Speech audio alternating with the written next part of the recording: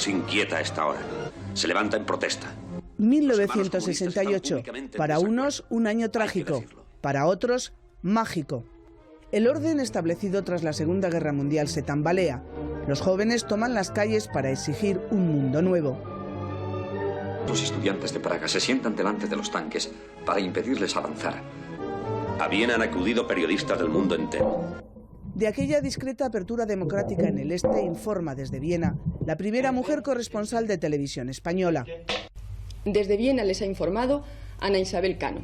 Fue caótico, fue lioso y sobre todo sorprendente. Yo mandé las crónicas que pude en ese momento y tuve mucho cuidado de que fuesen crónicas auténticas, porque sé que hubo algunas personas de otros países que mandaban crónicas mientras tomaban un café en el Café Central de Viena, que se está divinamente. La primavera de Praga, la gente estaba encantada, sobre todo la juventud.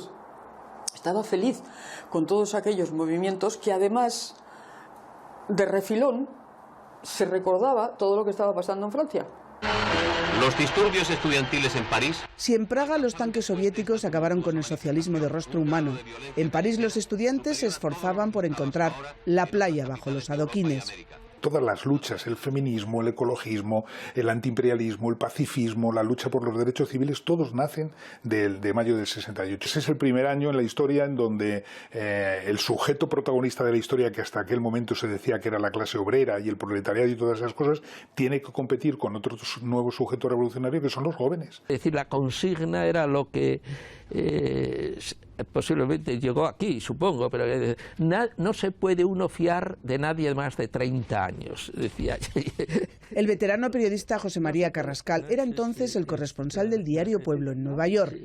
Desde allí nos narró el impacto de la guerra de Vietnam, el asesinato de Bob Kennedy, el de Martin Luther King. Muere de un disparo en Memphis. Se vio una escena, la Guardia Nacional, en las escalinatas del Capitolio, con fusiles a mano, porque se decía que Washington, como sabes, tiene una población negra muy superior a la blanca, que los negros iban a asaltar el Capitolio. El otoño del 68 tiñó de sangre la Plaza Mexicana de las Tres Culturas, 10 días antes de unos Juegos Olímpicos donde el Black Power se hizo presente. Nixon ganó las elecciones. Así se cerraba un año en el que pasó de todo. El republicano Richard Nixon vence en las elecciones más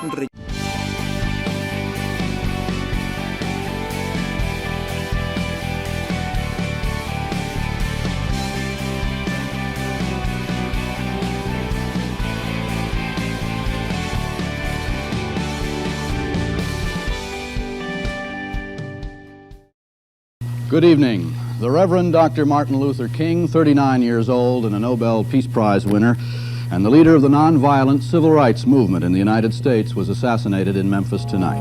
Moratorium on racial strife. How do you feel about this? Well, I think that in some areas there will be an easing of demonstrations where there is a real compliance with the 1964 bill and with the new voting.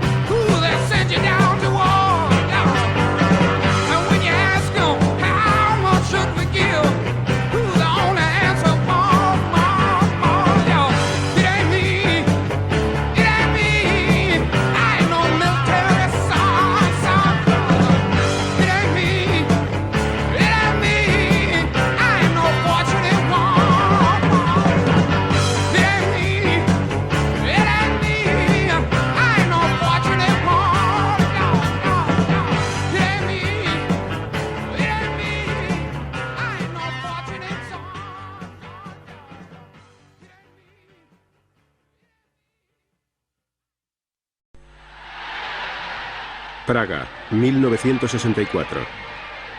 Nikita Khrushchev visita a Antonín Novotny, leal dirigente comunista de Checoslovaquia.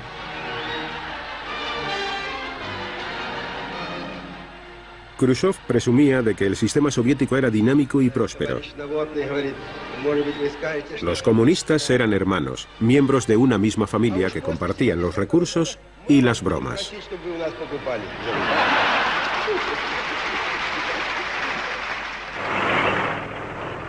Tan solo 4 años después, la Unión Soviética regresó a Praga, pero esta vez con tanques. En Checoslovaquia, el régimen represivo de Antonín Novotny seguía rechazando categóricamente las peticiones para una sociedad más abierta. They tried to push back the progress of... Trataron de contener el avance de la libertad, pero no tuvieron éxito. Nosotros avanzábamos 2 pasos y ellos nos hacían retroceder 1, pero siempre ganábamos algo de terreno. En febrero de 1968, los reformadores checoslovacos empezaron a hacerse con el poder. Brezhnev se desplazó a Praga para evaluar al nuevo dirigente, Alexander Dubček. Brezhnev tuvo que admitir que ciertos cambios eran inevitables. Alexander Dubček parecía un comunista leal que solo modificaría los aspectos necesarios. En marzo de 1968, Dubček y el nuevo presidente Ludvík Svoboda subieron al poder, pero sus reformas ya estaban escandalizando al resto del mundo comunista. Los reformadores confiaban en poder poner al día el comunismo. El partido seguiría al mando, pero con el consentimiento del pueblo, no por la fuerza. Habría libertad de expresión y de prensa y también libertad para viajar y organizar eventos. Se pondría en marcha una especie de economía de mercado. El proyecto de Dubček fue definido como socialismo de rostro humano. Uno de los primeros cambios que realizó consistía en poner fin a la censura. De repente en los periódicos empezaron a publicarse grandes verdades que revelaban los crímenes que Stalin cometió en Checoslovaquia. Por todas partes, la multitud se congregaba nerviosa para debatir sus opiniones al respecto.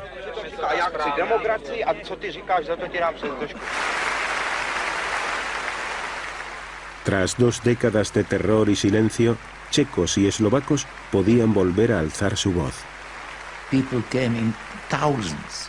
Acudieron miles de personas, y quienes no consiguieron entrar se quedaron fuera escuchando durante 4 horas hasta que terminó. De repente todos se dieron cuenta de que podían vivir con más libertad y estaban ansiosos de aprenderlo todo sobre las nuevas fronteras de su vida, que acababan de adquirir unas dimensiones mayores.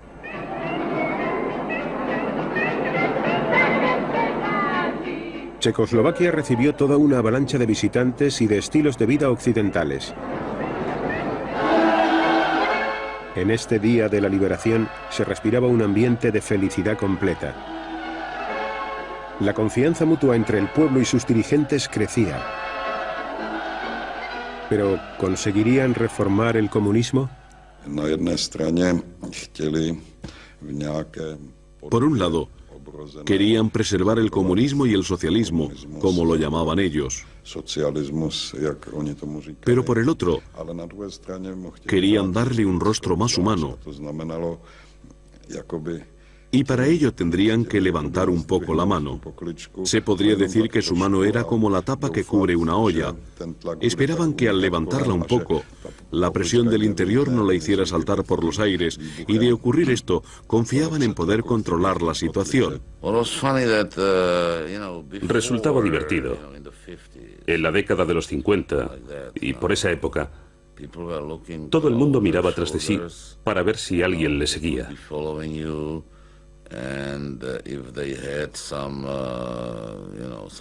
Y si tenían en su poder objetos procedentes de los países occidentales, como por ejemplo un periódico, lo ocultaban en sus bolsillos. En los 60, en medio de la euforia provocada por la libertad de prensa, todos se expresaban libremente en la calle, pero seguían mirando tras de sí, porque en mi opinión se trataba de una libertad espasmódica. de una libertad como desatada por una fiebre. Lo que quiero decir es que no era una libertad realmente cómoda. No, no lo era.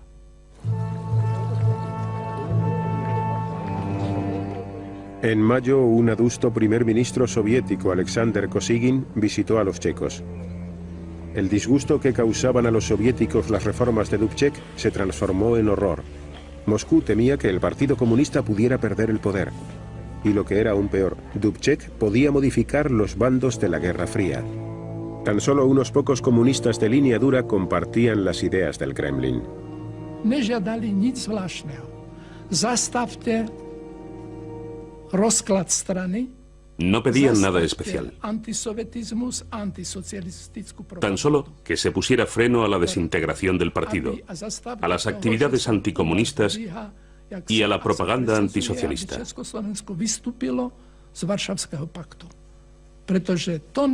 Era necesario acallar todas las voces que pedían que Checoslovaquia saliera del Pacto de Varsovia. Y lo decían abiertamente.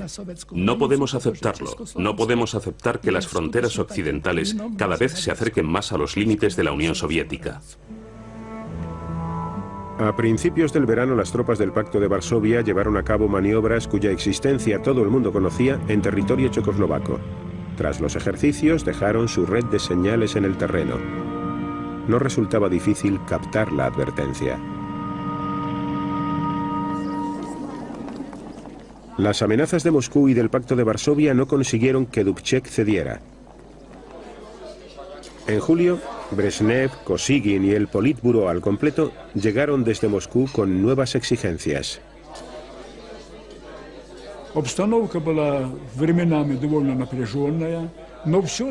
La situación era muy tensa. Conseguimos llegar a un acuerdo en virtud del cual los checoslovacos pondrían en marcha ellos mismos una serie de medidas cruciales para restaurar el orden. Esto significaba que habría cambios entre los miembros del gobierno, que se introducirían controles más severos en los medios de comunicación y que se exigiría un esfuerzo mayor a los trabajadores de ciertos estratos de la sociedad. Por supuesto, sería absolutamente imprescindible implantar una censura, dado que habían comenzado a aparecer publicaciones y artículos abiertamente anticomunistas y antisoviéticos. 2 días después, los dirigentes checoslovacos hicieron algunas concesiones, pero ya era demasiado tarde. El Politburo soviético había decidido poner fin al problema utilizando la fuerza.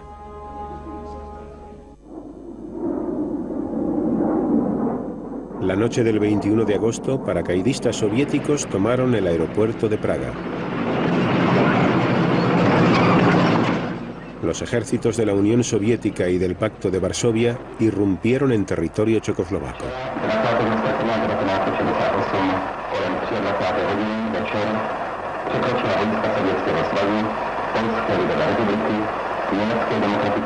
Cuando comenzó la invasión, los dirigentes checoslovacos estaban reunidos en Praga.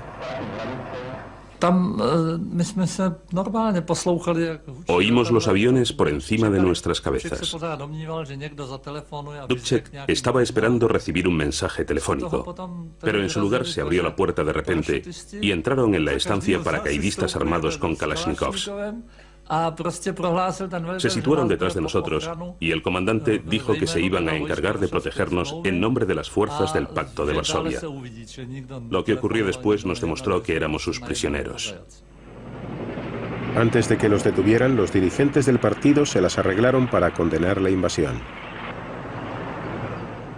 Por la mañana, los tanques soviéticos tomaron el centro de Praga.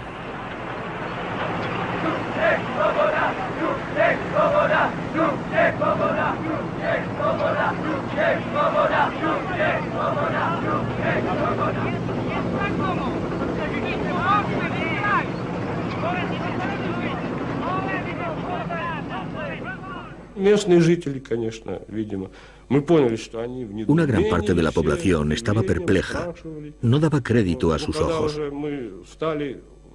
Cuando tomamos posiciones delante de los edificios señalados, comenzaron a acercarse a nosotros y a preguntarnos: ¿pero qué sucede?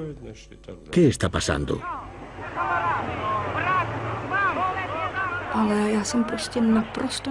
Entraron a hurtadillas como ladrones y trataron de hacernos creer que querían ayudarnos. De modo que fuimos a hablar con ellos, nos subimos a los tanques y les dijimos que regresaran a su casa, que se habían equivocado de camino o que no les habían enviado al lugar correcto. Estaban realmente sorprendidos y no entendían nada de lo que tratábamos de decirles.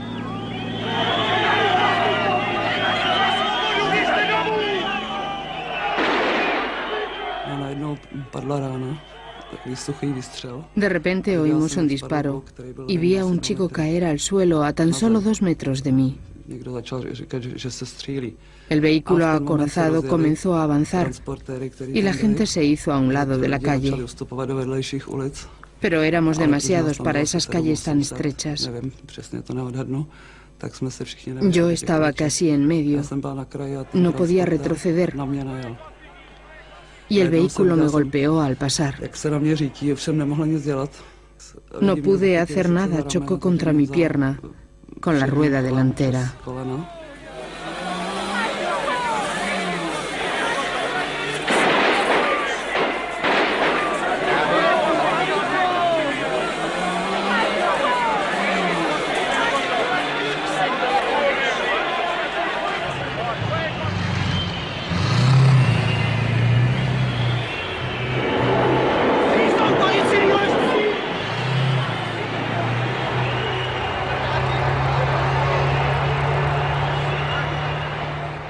I went through the Hitler invasion in 1939.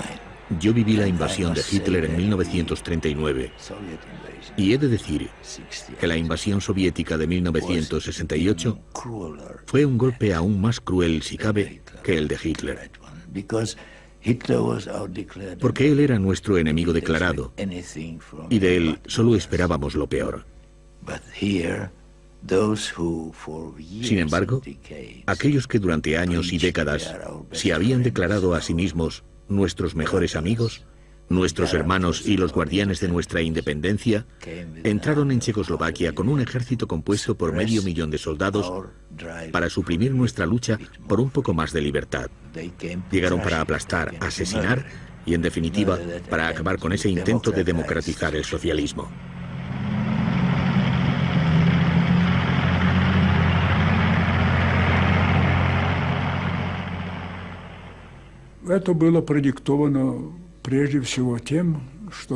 El principal motivo que nos empujó a tomar esta decisión fue la necesidad de preservar el equilibrio del poder en las relaciones entre Oriente y Occidente.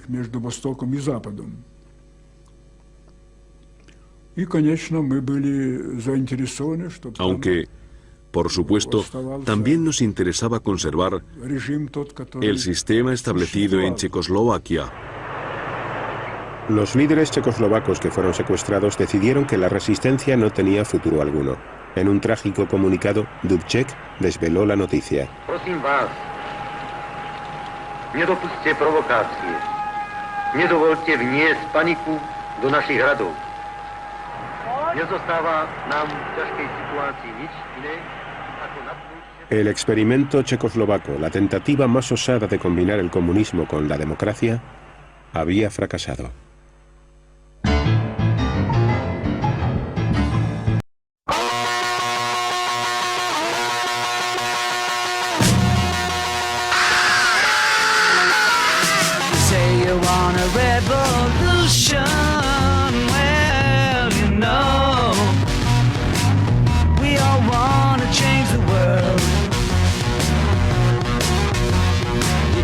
That it's evolution, well, you know, we all want to change the world. But when you talk about destruction, don't you know that you can count me out? You know it's gonna be alright. Alright. Alright.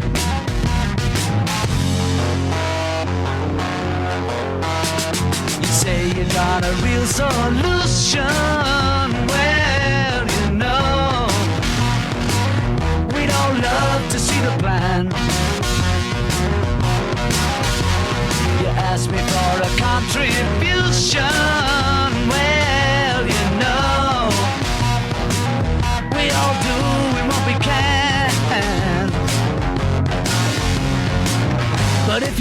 only for people with minds that hate.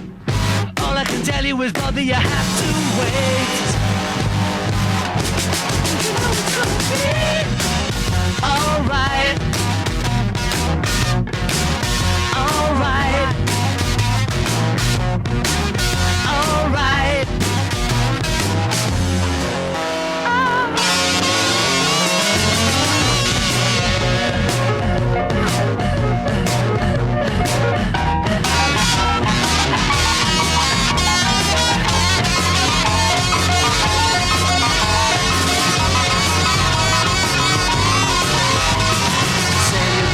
Constitution, well, you know, we all want to change your head. You tell me it's the institution, well, you know, you better free your mind instead. But if you go carrying pictures of Chairman Mao, you ain't gonna make it with anyone anyhow. Alright. Alright. Alright.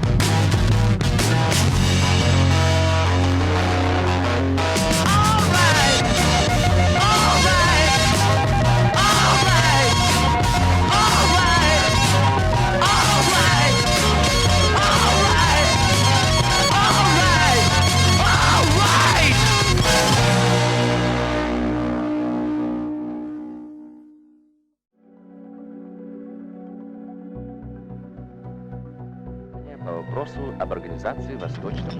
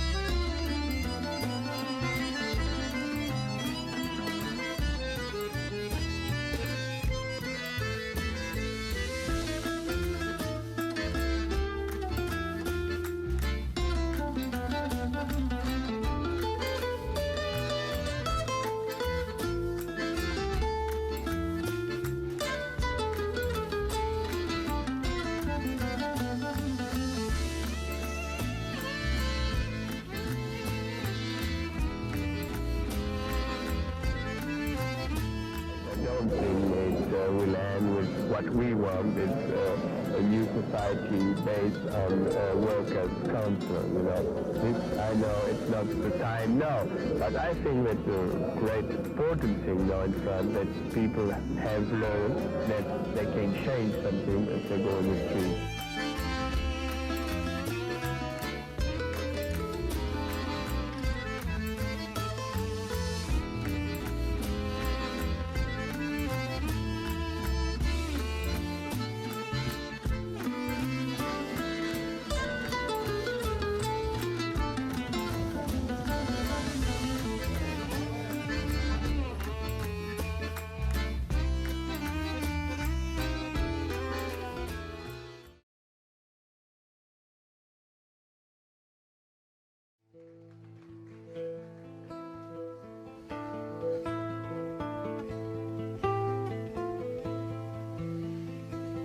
Ma liberté, longtemps je t'ai gardée comme une perle rare. Ma liberté, c'est toi qui m'as aidé à larguer les amarres. Pour aller n'importe où, pour aller jusqu'au bout des chemins de fortune, pour cueillir en rêvant une rose des vents sur un rayon de lune. Ma liberté devant tes volontés, mon âme était soumise. Ma liberté, je t'avais tout.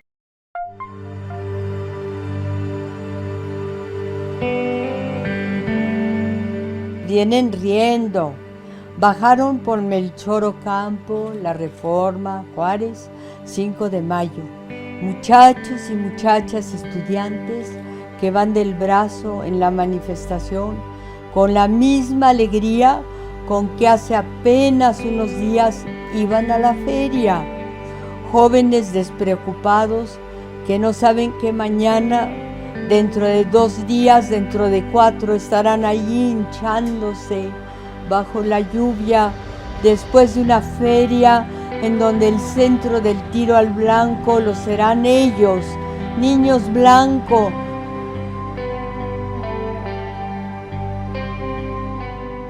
El 2 de octubre a las 8, como a las 8 de la noche, me habló una muy querida amiga y me dijeron: Elena, es terrible, están perforadas todas las puertas de los elevadores, hay sangre en los pasillos, en las escaleras, vimos una cantidad enorme de zapatos de la gente que se iba escapando entre las ruinas prehispánicas, hay gente muerta, agarraron y desnudaron a los que consideran líderes, entonces tienes que ir para allá.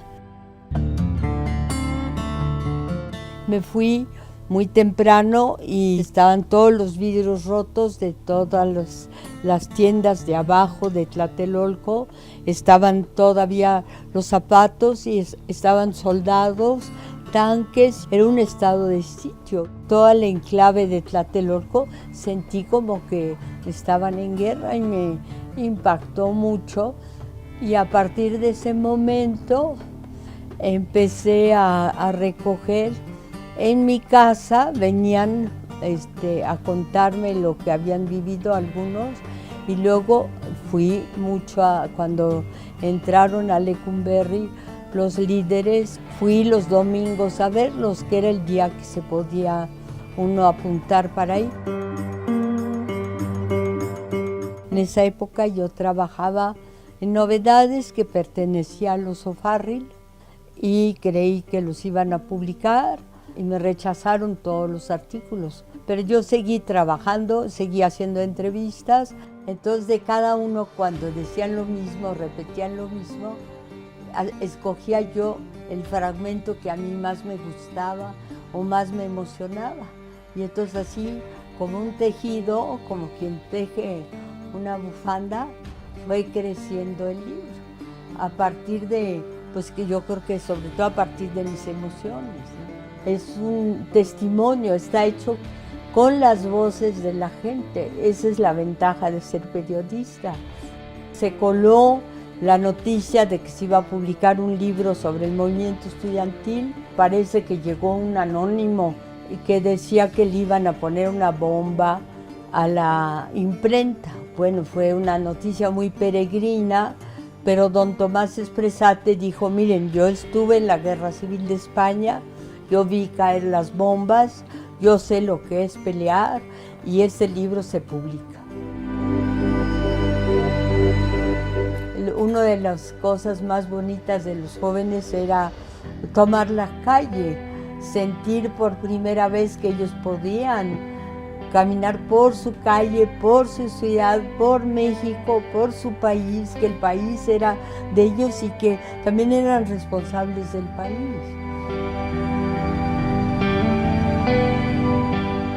Yo creo que el impacto fue creciendo después de 50 años. Son de esos acontecimientos aterradores y terribles que van creciendo con el tiempo, ¿no? O adquiriendo a medida que se sabe qué sucedió. Entonces todo se va haciendo, como se va metiendo en el alma de cada una de las personas, los que lo vivieron, pero también los jóvenes que no lo vivieron, ¿no?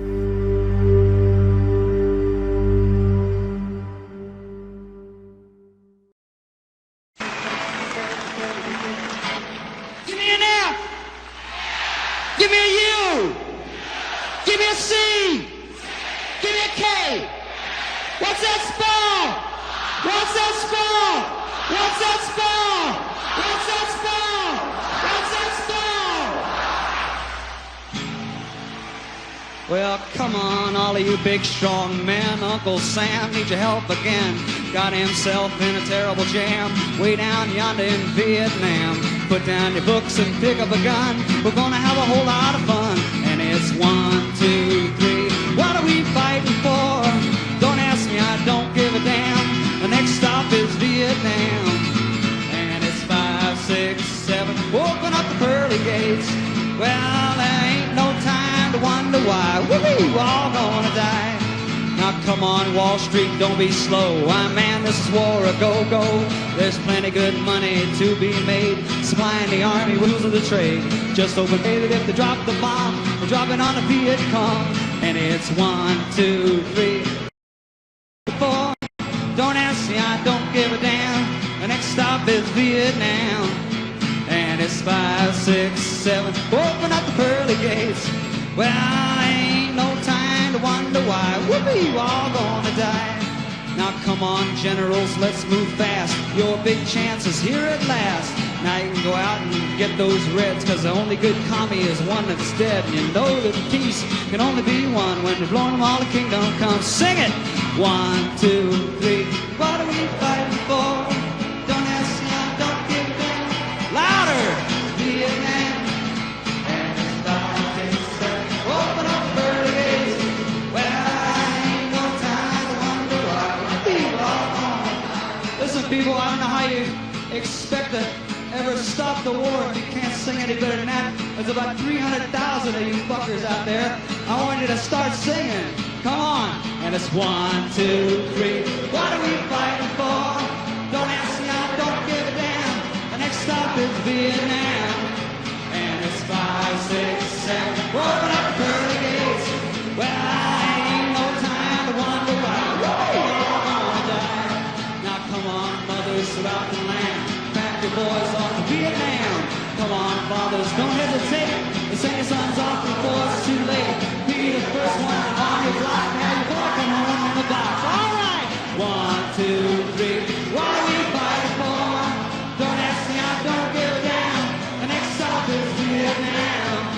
And it's 5, 6, 7. Open up the pearly gates.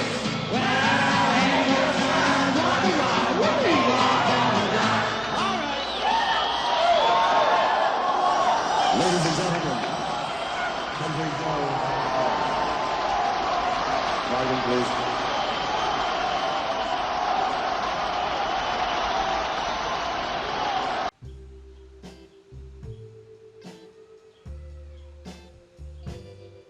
Mayo del 68, mayo del 2018. En lo que llevamos de año, la verdad es que la industria editorial se ha volcado con este evento histórico. De hecho, este libro de Richard Binnen, de 1968, se traduce ahora de este profesor inglés y nos llega y es una de las novedades para recomendar. Javier Noya también ha sacado un mayo del 68. Esto, que como bien le puede imaginarse, es una pequeña selección que yo he hecho. Hay muchos más libros. Entre ellos está el de otro buen amigo, Joaquín Estefanía, que nos habla de los 50 años de rebeldía. Llevamos siendo revolucionarios 50 años y lo que nos queda. Luego acaba de salir otro libro del señor Elorza, Antonio Elorza, otro gran erudito y vividor, porque en este libro nos cuenta no solo todo lo que es el 68, sino sus propias vivencias, sus propios compromisos con la sociedad y cómo nos afectaron en todo y a cada uno de nosotros lo que pasaron aquellos días. Y por fin hay un libro también muy curioso, muy simpático, Ramón González Ferriz. Nos habla de no solo lo que pasó aquí, ni lo que podía habernos pasado a todos y a cada uno de nosotros, sino lo que pasó en diversos lugares, sitios, todos a la vez, todo como pequeñas explosiones por simpatía. Trato de ser muy neutro en mi manera de explicar el 68, trato de no tomar partido excesivamente porque entiendo que todo fue muy confuso. La gran transformación que hace no es tan política, que también, por supuesto, sino moral. Y yo creo que la moralidad del 68, basada en una mayor tolerancia, en un mayor individualismo, es cierto, el individualismo llevado a ciertos extremos tiene sus peligros, indiscutiblemente, pero creo que básicamente es un mundo mejor, un mundo más relajado, un mundo menos jerárquico. Y entiendo que desde el conservadurismo te puede asustar también eso, pero para mí es nítidamente mejor. En la prensa se estaba publicando la sensación de que la Universidad Española lo que estaba generando no era estudiantes responsables que luego pudieran ocupar el Estado o las empresas, sino que estaban generando gente muy ideologizada, comunistas, protosindicalistas, hippies, o sea que había una preocupación por la juventud española. Eso que se concretó en varias cosas, pero la más simbólica fue el concierto de Raimon en la Facultad de Económicas y de Políticas de la Complutense de Madrid. Resulta sorprendente el hecho de que en una dictadura y con todas las circunstancias absolutamente distintas había un flujo en España que conectaba plenamente con lo que estaba sucediendo en Francia.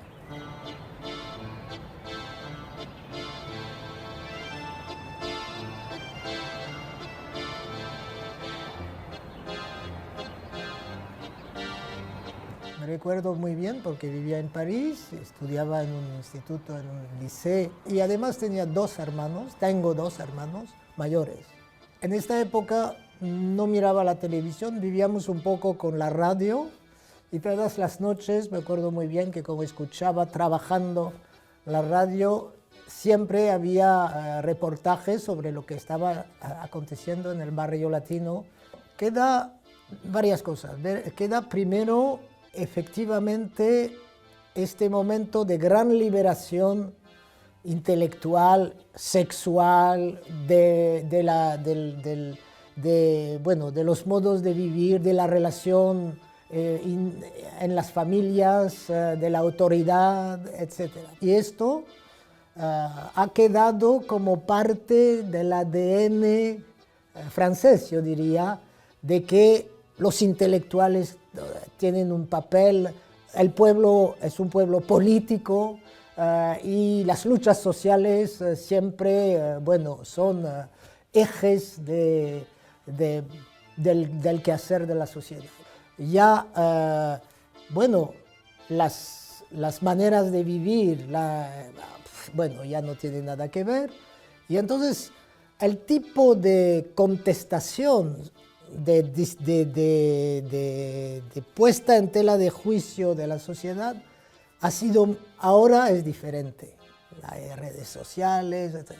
Entonces, se ve claramente que 68 entra en la tradición, digamos, contestataria de Francia, pero que no se puede reproducir tal como fue. Es decir, que es parte de esta tradición, que esta tradición sigue viva, pero que al mismo tiempo no es comparable y es parte en realidad de la historia.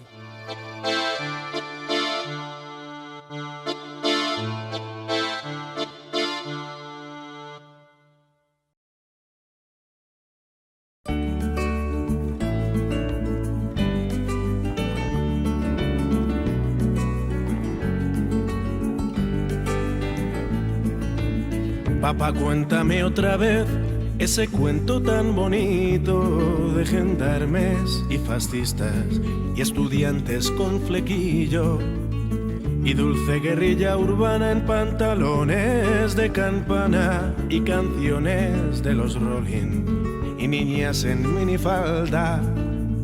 Papá, cuéntame otra vez todo lo que os divertisteis estropeando la vejez a oxidados dictadores y cómo cantaste al vent y ocupasteis la Sorbona en aquel mayo francés en los días de vino y rosas. Papá, cuéntame otra vez esa historia tan bonita de aquel guerrillero loco que mataron en Bolivia y cuyo fusil ya nadie se atrevió a tomar de nuevo, y cómo desde aquel día todo parece más feo. Papá, cuéntame otra vez que tras tanta barricada y tras tanto puño en alto y tanta sangre derramada, al final de la partida no pudisteis hacer nada y bajo los adoquines no había arena de playa. Fue muy dura la derrota, todo lo que se soñaba se pudrió en los rincones, se cubrió de telarañas y Ya nadie canta al vent, ya no hay locos, ya no hay parias, pero tiene que llover, aún sigue sucia la plaza. Queda lejos aquel Mayo, queda lejos Saint-Denis, que lejos queda Jean-Paul Sartre, muy lejos aquel París. Sin embargo, a veces pienso que al final todo dio igual, las hostias siguen cayendo sobre quien habla de más. Y siguen los mismos muertos, podridos de crueldad. Ahora mueren en Bosnia los que morían en Vietnam. Ahora mueren en Bosnia los que morían en Vietnam. Ahora mueren en Bosnia los que morían en